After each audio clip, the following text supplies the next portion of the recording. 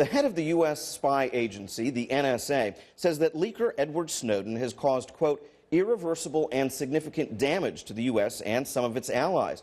But some of those allies, in turn, have been targets of surveillance themselves. And now they're wondering how much of the damage was brought on by the NSA itself. What happens when allies spy on each other? Find out next on The Line.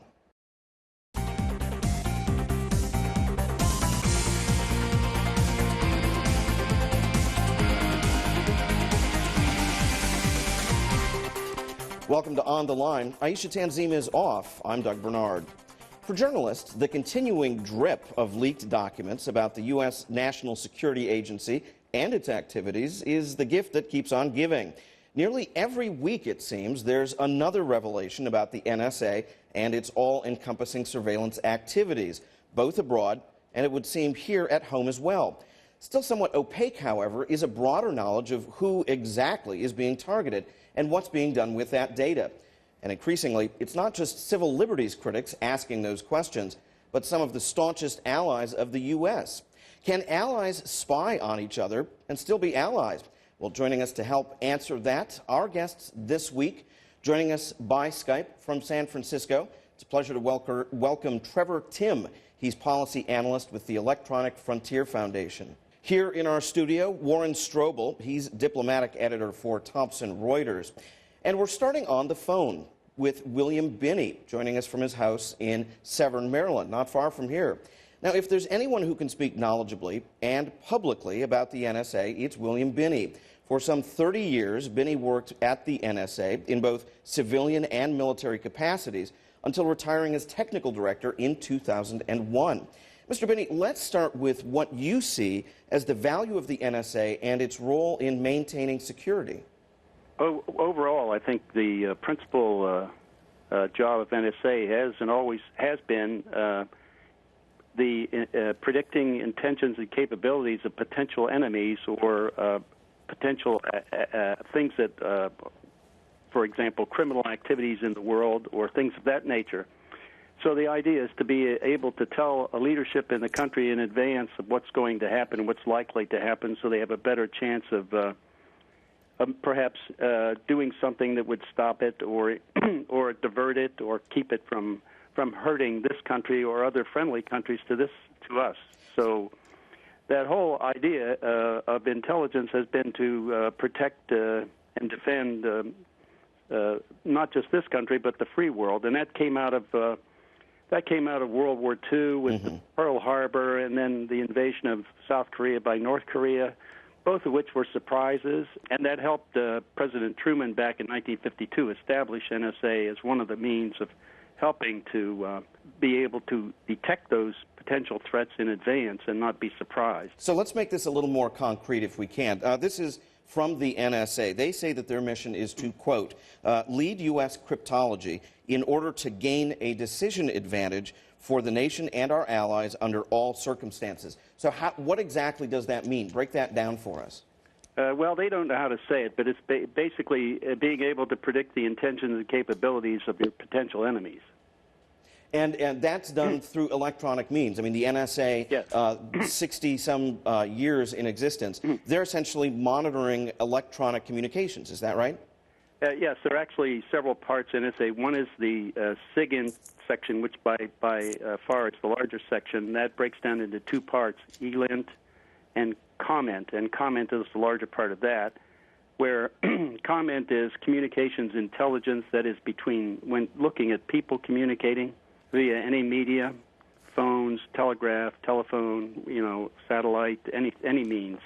And the other is ELINT. That's basically machines talking to machines like radar. It's sending a ping out and pinging and getting return off an airplane or something. That's the machine talking to itself. Or in terms of telemetry, when you have a missile being fired or we're sending a satellite up. There's telemetry between the vehicle and the ground, and those are machines talking back and forth quickly. So those are the kinds of things in ELINT and COMMENT. And then on the other side is information assurance. Those are the people who make the codes. The COMMENT side of the men are the ones who break the codes. The information assurance are the ones who make codes for the United States and its military and government.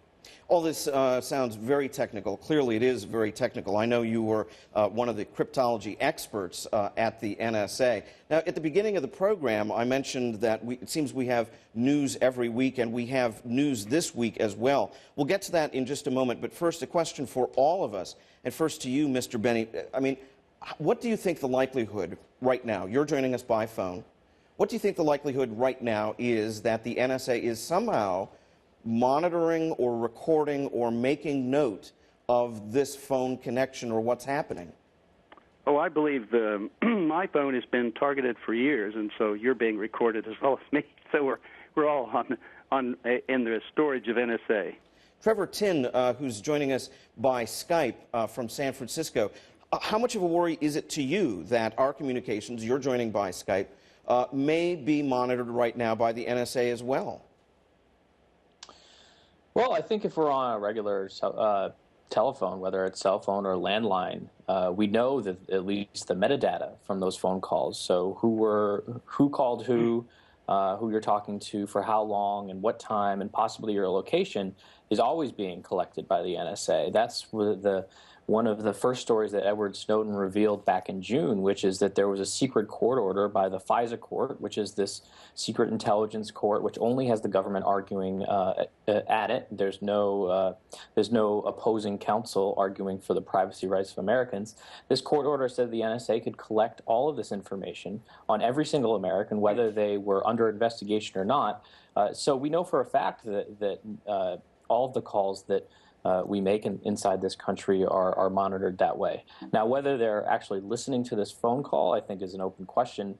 They're supposedly supposed to use a warrant if we're talking to someone in the U.S. But then, we can look at, if any phone calls that are going overseas, they claim that they have the ability to tap without a regular warrant. So, we have all of these open questions here, and they have all of these loopholes they use to try to get as much information out of us as possible without using the normal legal process that they're supposed to use. Warren Strobel, you're diplomatic editor for Thomson Reuters. You must spend a lot of time communicating with people around the world. Has this ever kind of come into your equation? Do you think to yourself, perhaps somehow your communications may be being monitored in those international calls? Yeah, absolutely. Especially when you're involved in a phone call that takes place in the United States, but the other end of the phone call is overseas, or especially if both ends of the phone call are overseas, then absolutely you're subject to monitoring.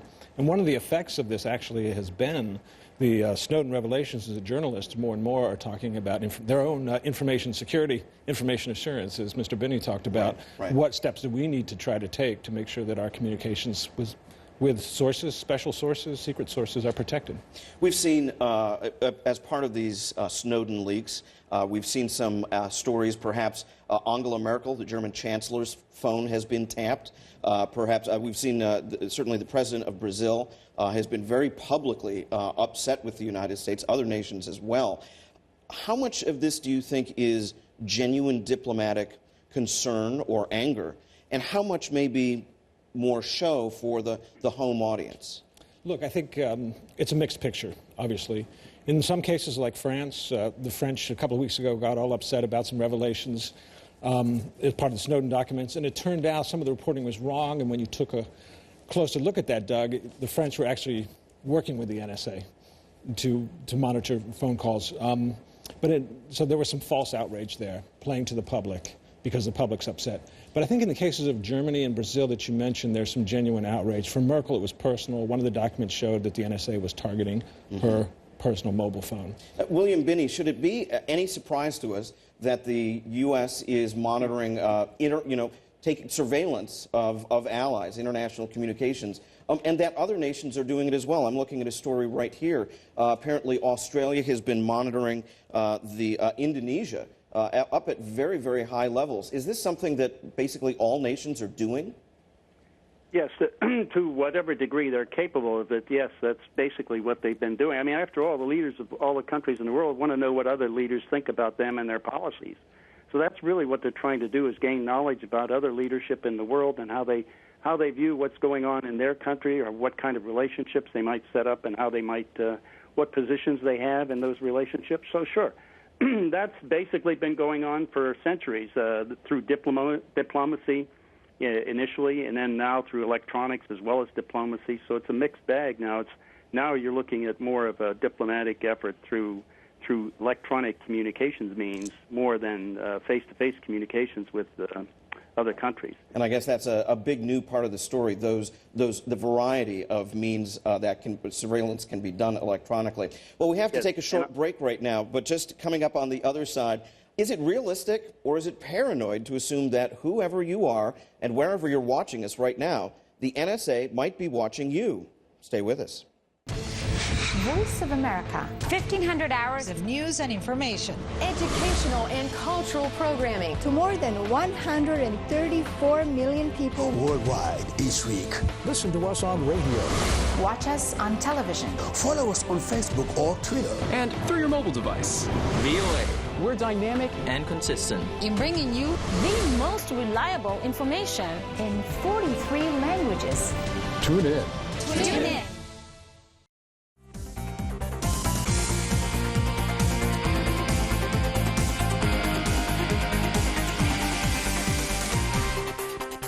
Welcome back to On the Line. When Allies spy, that's our topic today. Just what is the NSA up to? And is it really making anyone safer? Our guests joining us on the phone, William Binney. He's the former technical director with the National Security Agency. Joining us by Skype is Trevor Timm. He's a policy analyst with the Electronic Frontier Foundation in San Francisco. And here in our studios in D.C., Warren Strobel. He's diplomatic editor at Thomson Reuters. Now, before I left, I asked all of us this question. Is it really, is it right for anyone watching right now to assume that the NSA might be monitoring them, or is that perhaps really just paranoia? So, Trevor Timm, your thoughts first on that.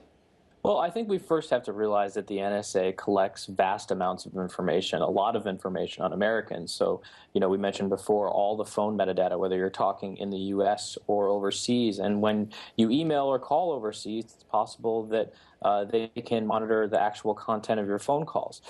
The chances that the NSA is actually physically listening to your phone calls is actually very, very small. There's just not enough people to do so. But the chances that a lot of your data is caught up in their databases is actually very high. And Bill Binney makes this point all the time, that it's not actually the fact that there are, evil government agents, tens of thousands of them with headphones on listening to your phone calls. But we have a problem here, what's called turnkey tyranny, where the infrastructure is in place. If the NSA ever wanted to abuse its authority to start listening to the phone calls and reading the emails of who knows how many Americans for political purposes or blackmail purposes or whatever, they could do so.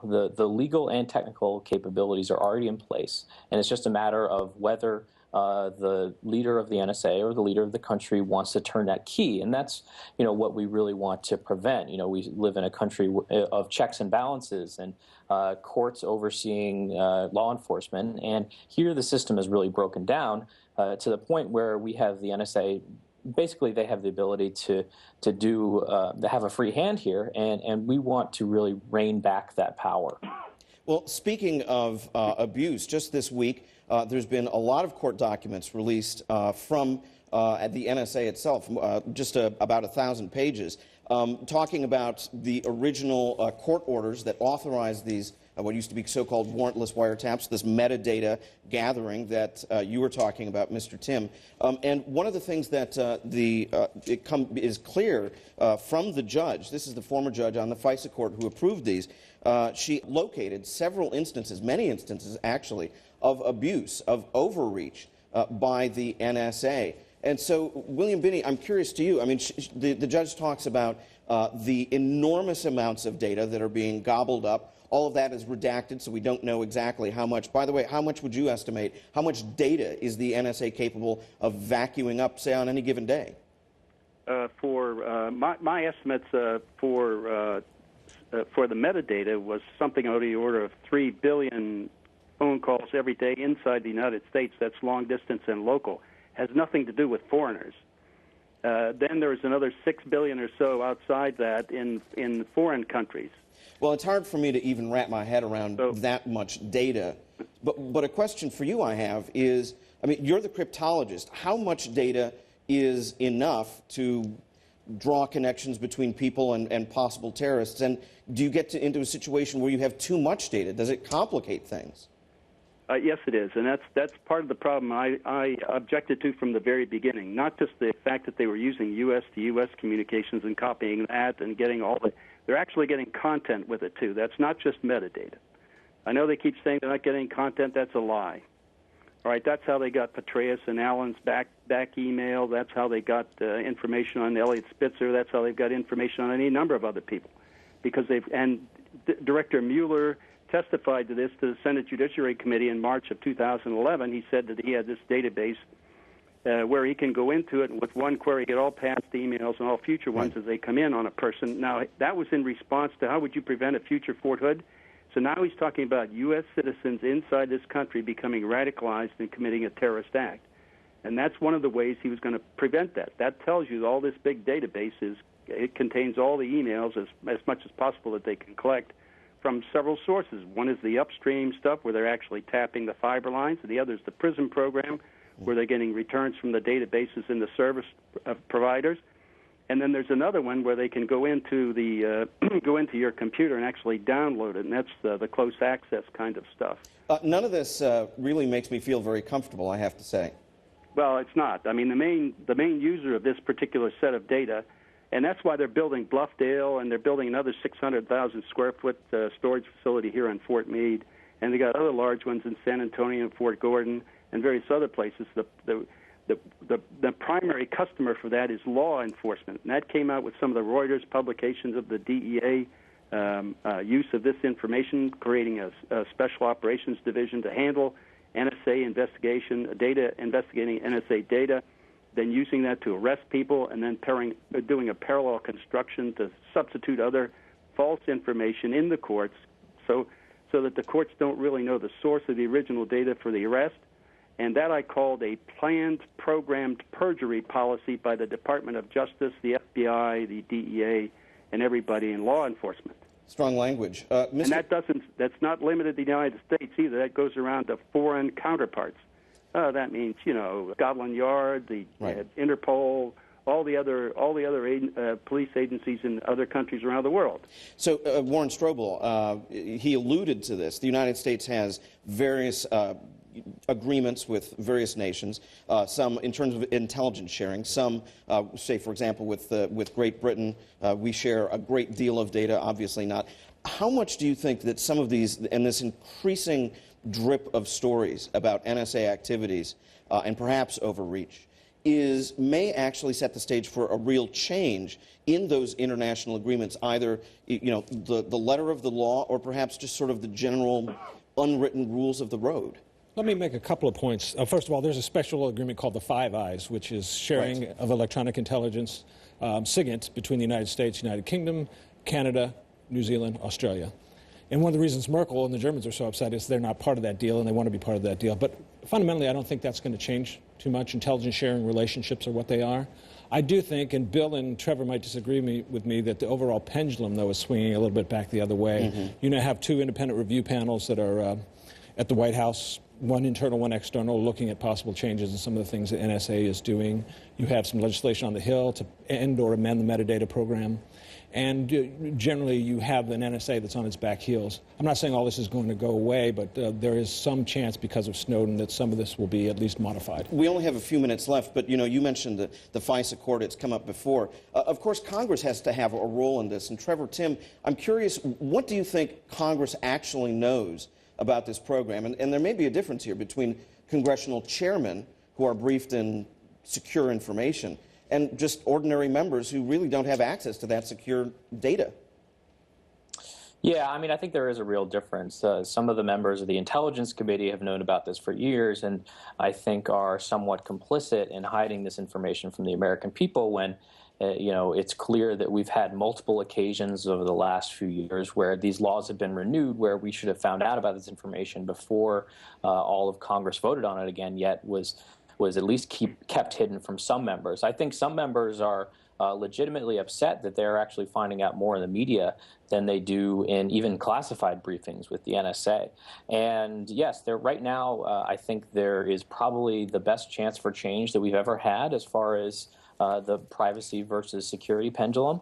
And there are now over 24 bills in Congress that aim to address this problem. Some are much better than others. You know, there's the USA Freedom Act, which was actually written by the author of the Patriot Act, Jim Sensenbrenner, who no one has ever accused of being a civil libertarian, has now come out very much against the NSA's collection method, saying that he wrote this law and it was never intended to be used for mass surveillance. Yet on the other side, we have Dianne Feinstein, the chair of the Intelligence Committee, who's written a bill that would basically entrench all of these surveillance programs into law. You know, really right now they've been using secret reinterpretations, and you know, we strongly believe that they're actually illegal, and we've actually filed suit in court saying so. But the bill by Dianne Feinstein would actually legalize all of this. So, you know, in the next couple months, we'll really know which way Congress will go. Are they going to go with where the polls are, which is, you know, people want to protect their privacy more, or will they entrench these programs for a long time? You know, basically forever. Absolutely. And so, you know, there's a big decision that they have to make. Right. Trevor Timm, I wish, for all of our guests, I wish we had a lot more time because there's a lot more to get to. We are out of time. But before I say goodbye, first, many thanks to our guests. William Binney, former technical director at the National Security Agency, joining us by phone from Severn, Maryland. Trevor Timm, he's a policy analyst at the Electronic Frontier Foundation, joining us by Skype in San Francisco. And Warren Strobel, diplomatic editor for Thomson Reuters. And thank you all so much for joining us. Of course, you can send your comments or questions or watch our past shows at our website, voanews.com/ontheline. We look forward to hearing from you. Hope you can join us again next week for another episode of On the Line.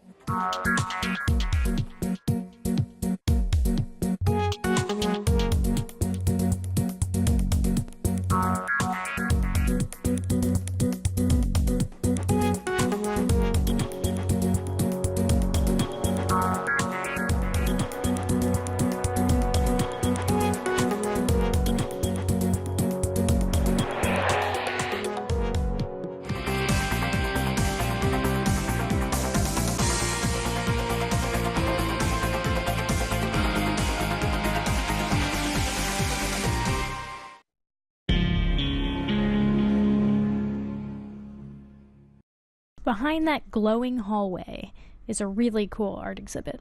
But don't take my word for it. This exhibit was totally cool. And Michael Landy has a PhD. I'm a professor of psychology and neuroscience at NYU. Anyway, see for yourself.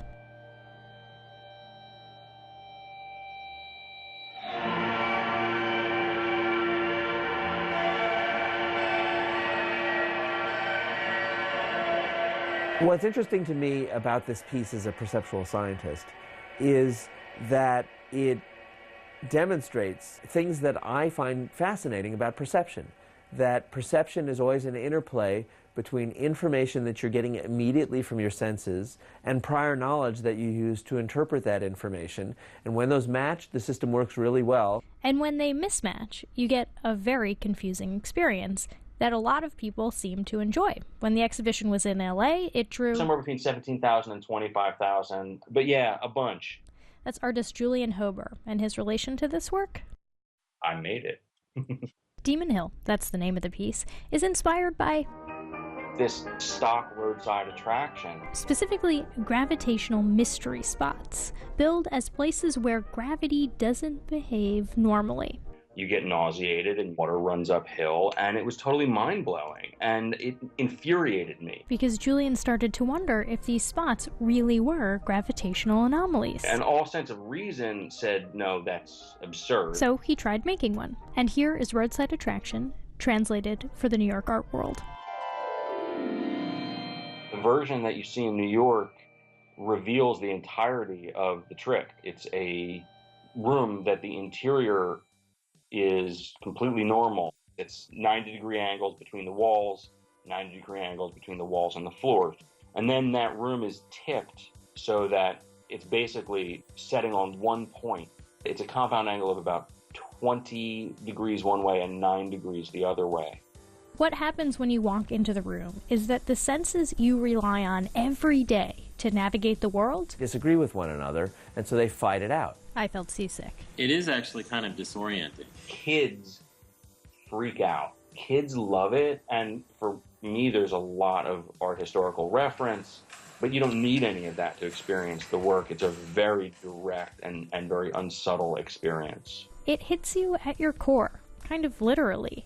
Your vestibular system, your inner ear, is telling you that gravity is one way. It's the prior knowledge interacting with sensory information from the room that messes you up. And prior knowledge has a reputation for doing this. We found that in our own experiments. If you give somebody a collection of lines and they're judging their orientation, you'll fall back on nature. If you walk around the world and take a whole bunch of photographs, and they can be pictures from Manhattan, in which case, obviously, lots of things are vertical and lots of things are horizontal because people build them that way. You go take a walk in the woods, trees are up and horizon lines are down, animals' legs are vertical, and so that if you take a collection of these measurements of orientations, you'll find the distribution will have a bias towards the cardinal orientations, vertical and horizontal, which means that if I show you an unreliable indication of orientation, you have this prior knowledge that most things you see are vertical and horizontal. So if I show something near vertical, you'll perceive it more vertical than it actually is. So now let's go back to the exhibit. Our prior knowledge that rooms agree with the gravitational vertical is something that is true for us most of our lives. And so when you put yourself in a situation where that's not true, this overwhelming prior evidence takes precedence. Even when you know that the room is just tipped. This question about why it's interesting is about revealing how the apparatus works. This is an experience you can't logic your way out of. A fancy phrase people use is they're cognitively impenetrable. You can know that what you are perceiving is wrong, but you'll still perceive it that way. You can call it a trick or you can call it an illusion, but it's completely transparent. It's not a trick. It's that depending on the context you're in, your entire experience of the world can be altered, not through fact or fiction, but position. That is, our experience of the world depends not on what is true, but on what we perceive to be true. On the other hand, Michael Landy says, our perceptual system is usually on the mark. Is it necessarily subjective? Well, it's inside you. That's kind of the definition of subjective. Is it veridical? Does it reflect what the world really is? Well, most of the time it's pretty close to veridical. I guess you could see it either way. I'm Flora Lichtman, and this is Christopher Intagliata for Science Friday.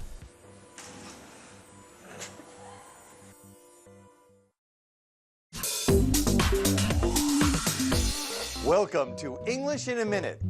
Here's an example when two words used together can sound very painful. Hey, I saw your friend Anna yesterday. She was telling me about your birthday party, and she said that it was the best party that she had been to all year. Wow, that's why my ears were burning. If people say, my ears were burning, it means someone was talking about them, but they weren't there to hear it. Imagine a message being sent to you when people are talking about you. This comes from ancient Rome, when people believed burning ears and other sensations signaled current or future events. If it was in the right ear, the person was praised. The left ear meant evil may come. And that's English in a Minute.